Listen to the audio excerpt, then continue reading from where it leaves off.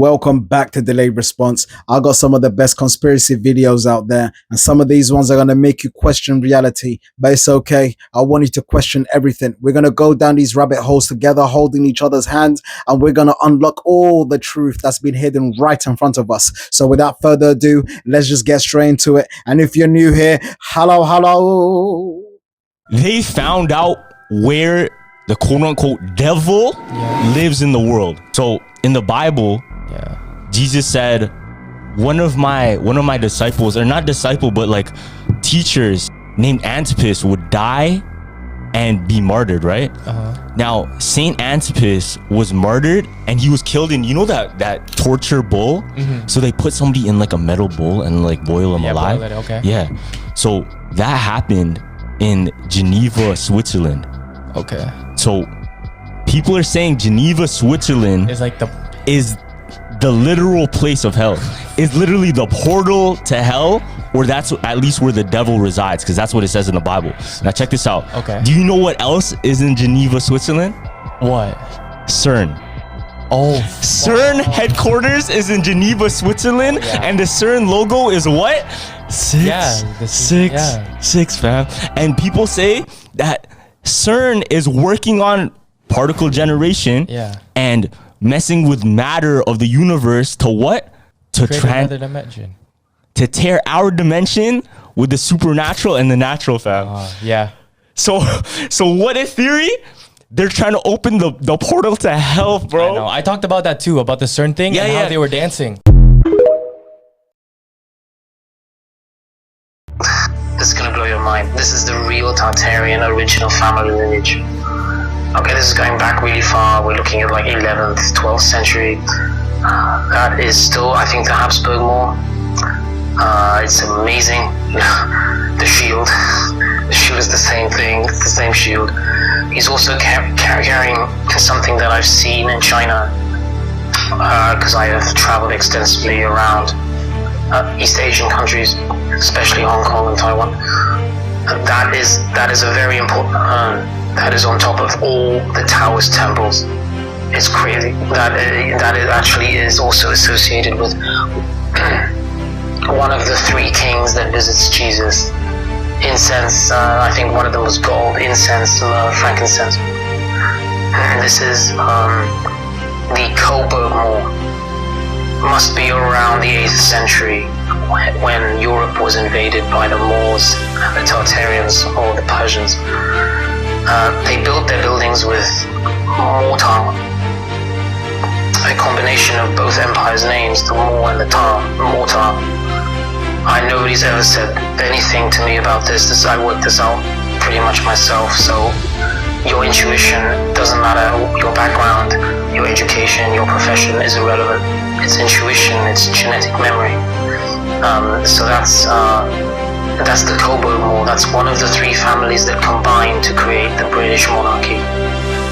One of the three families that was combined to create the British monarchy that escaped and went to Europe in the 1800s to escape the revolutions which began in France when everyone got beheaded, and the Bolshevik Revolution in Russia when one of the three Tartarian kings was murdered.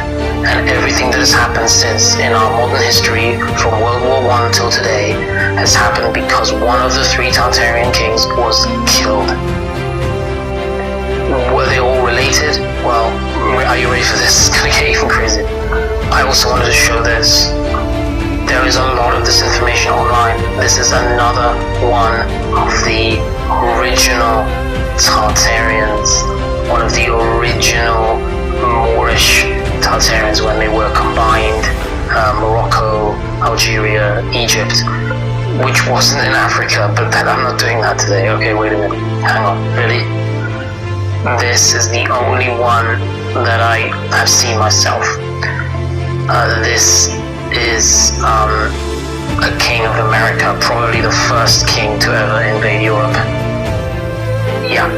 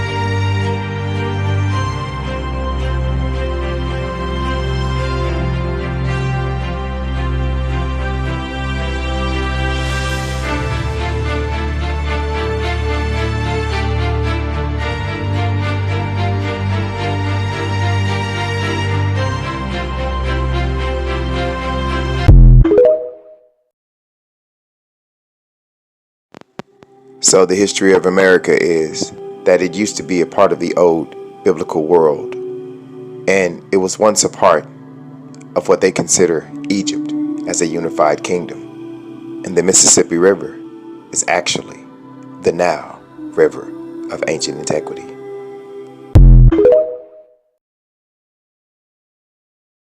Something is quietly stealing your memory. And if you're not paying attention, it might take your identity with it.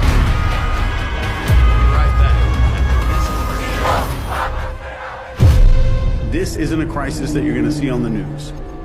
It's just a slow fade. It's a blur. It's literally mass amnesia. It's not a call to panic. This is an invitation, not to believe, to notice. If your mind's been foggy, if you've felt off, unfocused, or not quite you, you are not alone. I'm going to show you what's happening, how to know if you're being affected by it, and how to find your way back. Let's pull back the curtain on what's been quietly reshaping your inner world without your permission.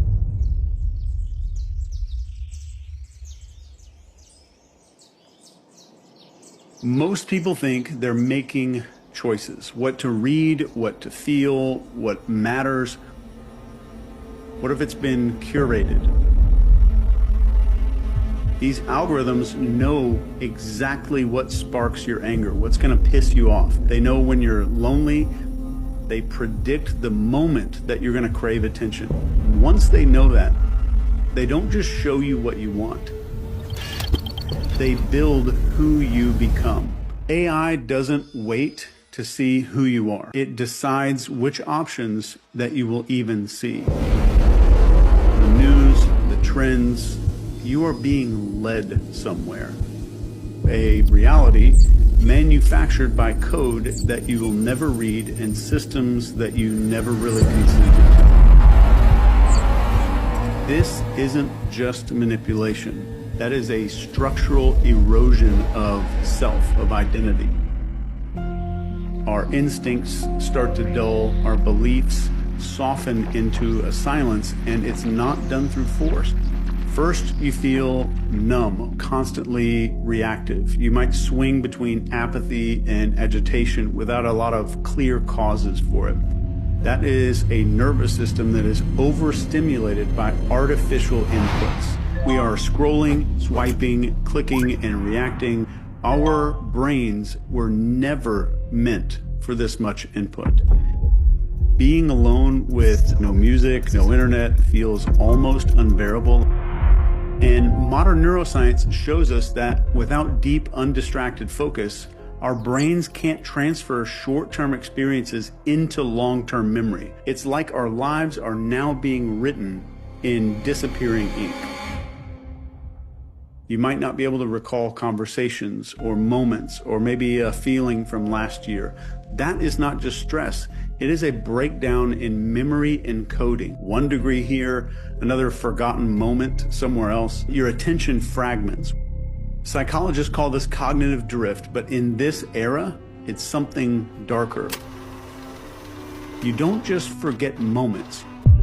You forget identity. You forget yourself. How do you know if this is happening to you? Maybe you used to be curious or passionate or driven, and now those traits just feel like something distant that you can't grab anymore. You start to believe that none of it matters. Meaning starts fading and apathy starts spreading. What we're talking about here is not just burnout. This is the final symptoms. The self just gets really vulnerable. And at this moment, you are ready to be rewritten. This is what Nikola Tesla heard when he tested out his spirit radio. These may not be human voices.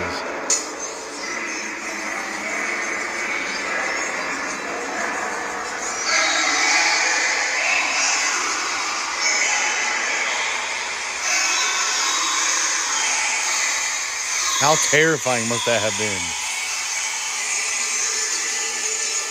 Stay weird, y'all.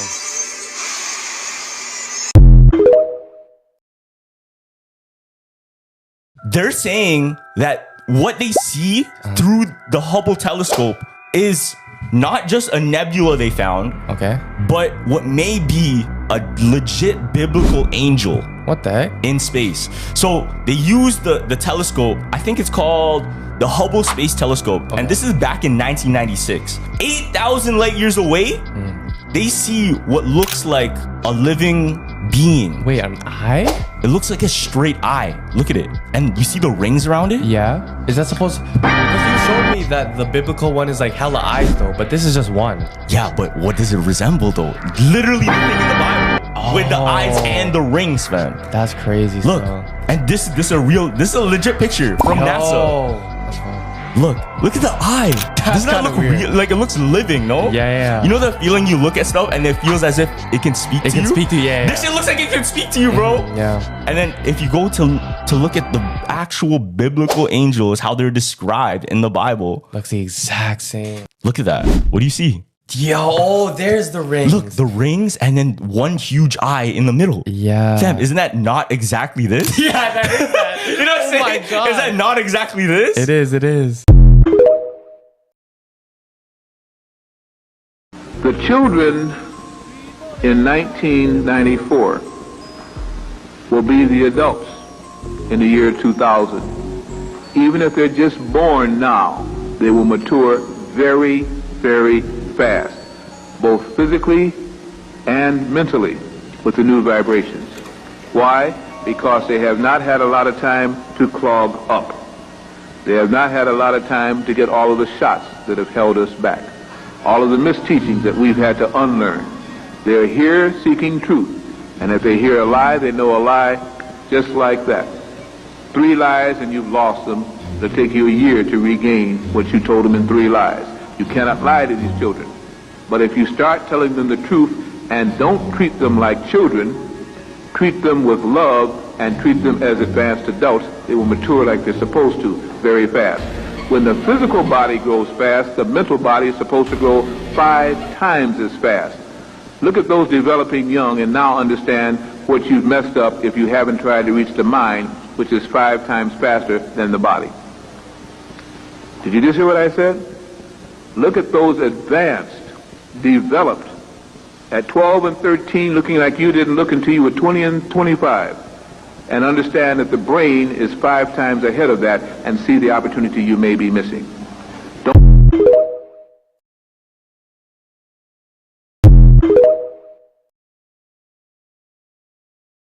What are ley lines?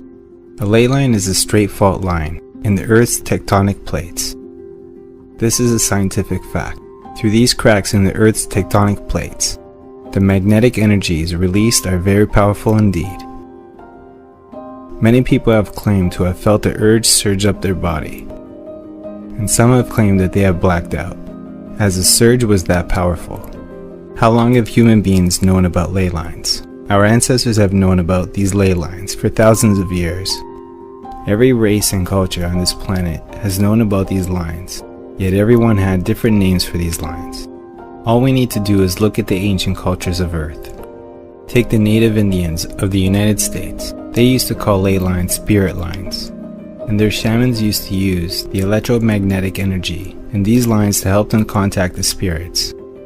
They even designed their medicine wheel on the spirit lines, as they knew these lines followed a straight round line. How did they know about these lines and energies that they give off? The answer is simple. The sky gods told them. In Europe, we were led to believe that the Druids called them mystical lines.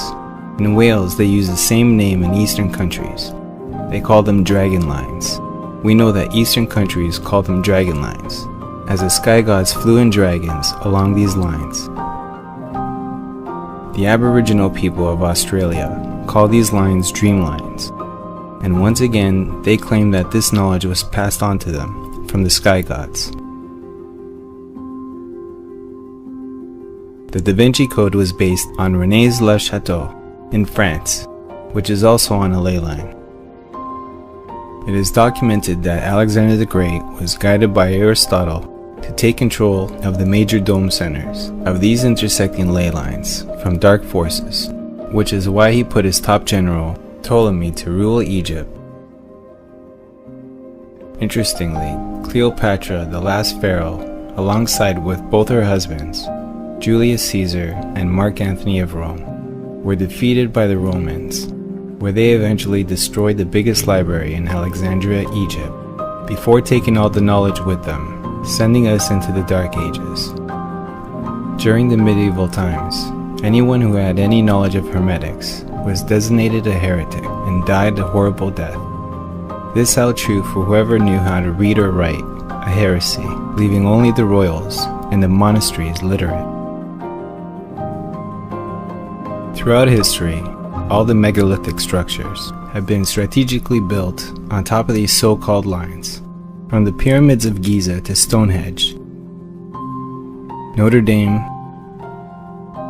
Solomon's Temple, Parthenon, Oracle of Delphi, Rennes-le-Château, Ziggurat, the Vatican, DC Capitol, Mecca, Hagia Sophia, Aztec Pyramids, Bermuda Triangle, Coral Castle, Tesla's lab in Shoreham, New York, including all nuclear power plants, military bases, and stadiums, which are also used to harness energies, like giant batteries.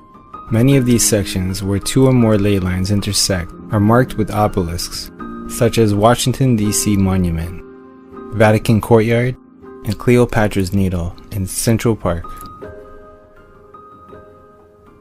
These electromagnetic lines of the Earth are its veins, and receive its energies from the Sun that connects and affects every living thing on this planet. We are electrical, and our atoms surrounded by electrons, electricity. Greg Braden explains it best by asking us, where does our heart get its electrical capacity from? We are connected to the Earth's electromagnetic fields, and our heart is our battery. Many of our ancient spiritual figures knew of this hidden knowledge and meditated or prayed on these lines, or megalithic centers, which elevated their electrical ores, intellect, and connection to higher self through the activation of the 7 energy centers, chakras. Could this in fact be what the golden halos depicted on all spiritual figures throughout history represented? Many of our top intellectual minds, such as Tesla, Einstein, and others, all have something in common. This is, they all at some point have shared that their idea, invention, or formula came to them in a daydream or dream, which is in fact a meditative state of mind. For example, Einstein was very knowledgeable on the physics of Kabbalah, and Tesla became very close with Swami Vivekananda, where through Swami's teachings, realized that his ideas that would come to him in an aha moment were coming from these close interactions with these ley lines, allowing him to access Akashic records. Nikola Tesla, who was born during a terrible thunderstorm and lightning storm, used these ley lines to conduct his famous tower, which would give free energy to all.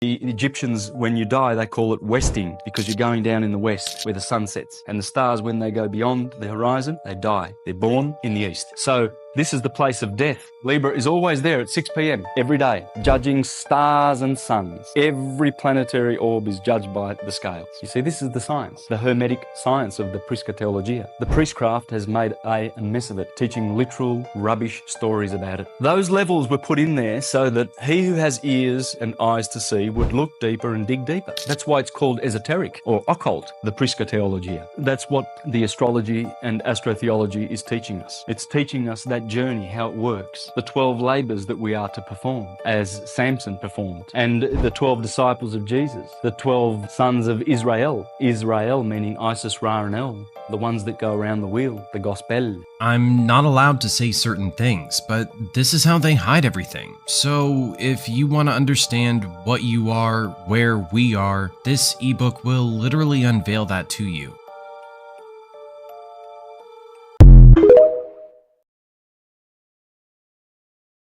What's the deal with the Freemasons?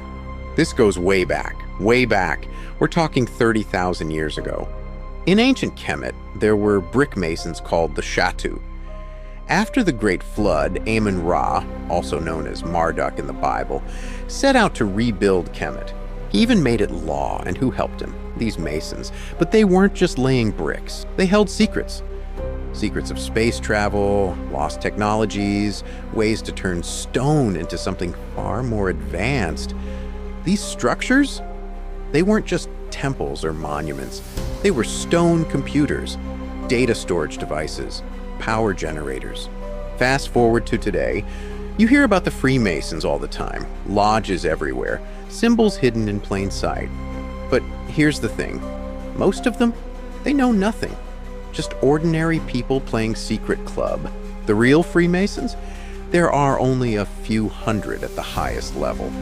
They are the ones guarding the true ancient knowledge. The rest? Just followers in a system they don't fully understand. Because the real secrets, the ones that tie back to the beginning of civilization, those stay locked away, always have. This is just a theory. The more we find.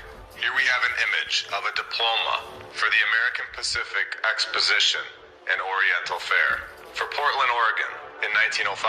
So 1904 they have the St. Louis World's Fair. 1 year after, we get this one in Oregon. This diploma is very interesting. As we go down to the bottom, we have a photo, and we can clearly see in the background 2 airships, both looking different. They normally don't show this form of transportation in these photos. They normally blank out the sky. But as we look up all of these countries, we see the big ones. And then we see Caucasia. Have any of us heard of a country in the 1900s named Caucasia? I personally have never heard of Caucasia, which is similar to Tartaria. All of these countries that we were never told about. But this one wasn't hundreds of years ago. This was 1905. So they are now, in my opinion, lying and telling us that Caucasia, or Caucasus, is a region that has a bunch of countries in it, including Russia, which we all know have connections to Tartaria. But let's take a look at this list again from 1905. They are already listing Russia on this map with Turkey, France, Holland, Germany, Switzerland, Italy. All of these are countries. They are not regions. I'll say it again. These are countries.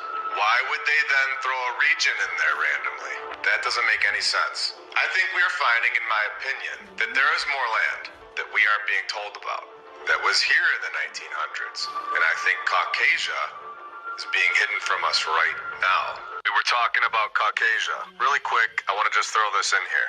That there is another country that is clearly blurred out. I wonder if we weren't supposed to see that one. So we were given a photo with the airships in the background in the sky. So I went digging and found this photo from 1905, World's Fair in Oregon, showing more airships. And since I haven't really covered this topic yet on this channel, in my opinion, and a few others, this form of travel was all over the place. It wasn't just created in the 1800s, and the Hindenburg event was used as a scare tactic to make these airships look faulty, removing this free energy form of transportation technology out of our lives. Do you really think that they put a gas in these airships that would be so incredibly flammable and fly them over massive cities? Or does it make more sense that this Hindenburg event was a planned event to get rid of this free form of travel and wipe it from the history books? Here we have a photo of one of these airships sitting in between the 2 spires of the old world building. You can see that they use these spires to electrically charge these airships, and this was common knowledge. And in the very next photo, it's leaving the port. We are not given the truth about our history. This isn't something that we are ever told about in our mainstream schooling system all over the world. Do you find that odd? Let's keep digging. We see that the U.S. Army had this technology in the 1800s, as well as the Navy. Now, this is a photo from July of 1931, and we clearly have an airship charging at the top of this building. So we have a lot going on here, and this was within the last 100 years. An airship charging at the top of this tower. Did you think they only charge at the top of buildings? Of course not. They had charging docks in the middle of the water. Here we have a photo of the U.S. Navy airship in 1924, charging from this boat.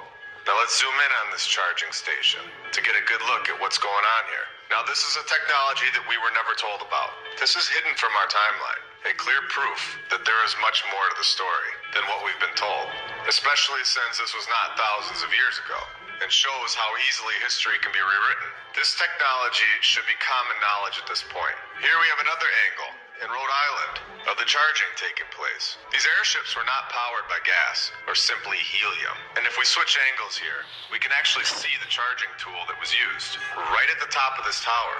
They're clearly about to connect to the airship. So this, in my opinion, is clearly explaining what's going on at the top of these old world buildings. They were charging stations for the airships. They have the same features, and I guarantee you that they still turn on, since this was not that long ago. And I'm going to take this time right now to answer a lot of people's question. Will we ever find the truth? As we keep uncovering more and more documented evidence, we're going to find that the previous civilization was not that far in the past, and our current structures hold so much more technology than we ever truly understood. So in my opinion, yes, we are going to find the truth about all of this. We are uncovering the truth faster and faster. And this community gets bigger and bigger, with more and more people sharing their thoughts and knowledge. The mainstream history is becoming comedy hour at this point. So we can clearly see that these buildings all around the world may have had a second purpose, but they were without a doubt here to generate free energy, specifically for airships. And once you realize this, then we can go deeper and ask the question, was the previous civilization capable of using these buildings to power their flight that were so much more powerful, so much faster, and so much more incredible than an airship? I believe that they fully understood this technology. They were the ones that constructed it. They had this technology and were able to travel through the air so much faster than we can today while using the Earth's natural energy. These buildings are technology. They are able to extract the energy and are able to turn it into a fuel. If you're looking for a why, a motive to suppress this technology, well, it would 100% benefit a civilization, us. It's free. There is zero benefit to free transportation, free energy. Do we need to go further for the why? So when you go around your town now and see the top of these buildings, we can all understand how popular this form of transportation really was. It was everywhere. Now we have talked about Tartaria. We've shown in this episode in the beginning how there are possibly more countries and more land, such as Caucasia. So we have Tartaria, but we also have Barbaria, where you would get the term barbarians. And of course, again, have any of us heard of a place called Barbaria in history class? Maybe you have now, but in mainstream history, this is not something that is taught to us. We're not being told the truth about any of this. And we have many maps of a land called Barbaria. And I believe that these maps are from the previous civilization. They are not presented to us in the mainstream history. So it's our job to go find them in places that are not easily accessible. You ever heard of the dude named Walter Russell? No. Just want to preface beforehand, he was not a Christian. In 1926, he had a 39-day period of cosmic illumination. He was basically in like a trance. There was this being that came to him and was teaching him everything about the universe. Okay, so this wasn't self-induced. No. Something visited him? So he said he had direct union with the universal consciousness. And what this thing told him was that everything is actually made up of light. It's not physical. Like our life that we're experiencing right now is just a projection of this universal consciousness. So we're basically living inside the consciousness of this God. Yeah. But he like was writing out like math formulas and stuff to like prove this advanced science, but this dude had no scientific background. He's like, this is just what they showed me. He stated that humanity needed to live in alignment with the universal law and divine order, or it would suffer chaos, war, and collapse. He was ignored and dismissed by everyone in mainstream science. But this is where it gets weird. Nikola Tesla approached him and he said, said, keep your ideas secret until you have proof. He said, you should lock them up in a safe for 1,000 years. That's cool. And then that's it. I do love that. That's a great way to get somebody to not talk to you, though. Yeah. You should write all of this down. Don't tell a soul. For 1,000 years. Put it in a safe. It's so important. That's a really... Don't ever say it again. They'll get it eventually, I promise. Man, but that is scary, though. Well, yeah, because Nikola Tesla, he was harnessing some knowledge that he talked about getting from an entity as well.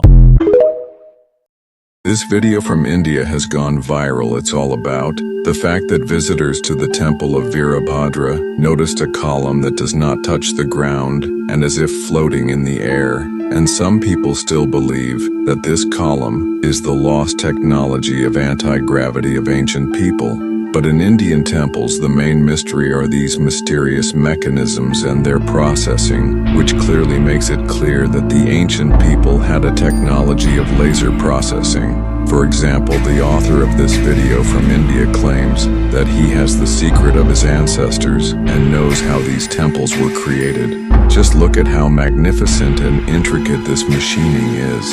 And this beauty, which you see on your screens, is called the Kailash Temple, which is located in India. And its main feature is that it is the most gigantic structure in the world carved from a single piece of stone that is without the right to make a mistake. But how could ancient people build such a thing? Did they really have more developed technologies in architecture and engineering than we do? But the Greeks got their civilization from the Egyptians. And the Egyptians were black people. And the Greeks passed their civilization on to the Romans. They couldn't retain it. They lost it. They had a dark age in Europe for 500 years.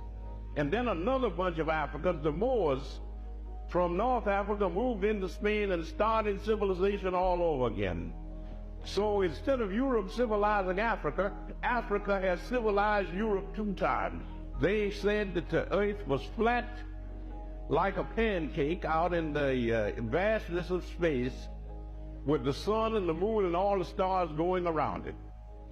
The ancient Egyptians in the Pyramid Age 6,000 years ago knew that the world was round. They knew that it went around the sun in 365 and 1/4 days. Guys are useless if the mind is blind. We live on the remains of a much larger past. We first need to understand everything propagated to us is the opposite of truth. Just as we're told previous humanities were primitive and shorter, in reality we were much more advanced and larger beyond belief. Mud fossils are very real. There's thousands of examples. We see titans as mountains, giant trees that were cut down, and petrified animals and plant life. And look at Giant's Causeway. They tell us this is a result of lava, but since when does lava form hexagonal structures? No. It's petrified plant life. Cultures of the past made it clear that giants once coexisted with us before the flood. The Smithsonian did a great job in erasing the existence of giants, propagating evolution and dinosaurs. All those so-called dinosaur bones you see, they're us, and the giant creatures that once roamed the earth. Everything else you see on display is an admitted representation. Any real bones are behind the Vatican archive. So why all the height variations, you ask? There seems to be some sort of cyclical reset. A universal template of cataclysms constantly affecting atmospheric pressure and conditions of our realm. When Genesis had stated the firmament was responsible for long lives before the flood, and then shortened afterwards. Cultures worldwide account for said flood, long lifespan, cyclical ages of mankind, and so on. Even Adam in the Quran was said to be 60 cubits tall. It's not a matter of mistranslation, it's a matter of researching and learning the reason to lie. And that reason is simple. To validate ancient cultures of the past would first debunk the modern paradigm of evolution that plagues us all, and every other lie afterwards. In reality, the majority of what we call myths and legends stem from past truths. There is much more to this world and our existence than we're led to believe, and we're just beginning to unveil that. Until next time.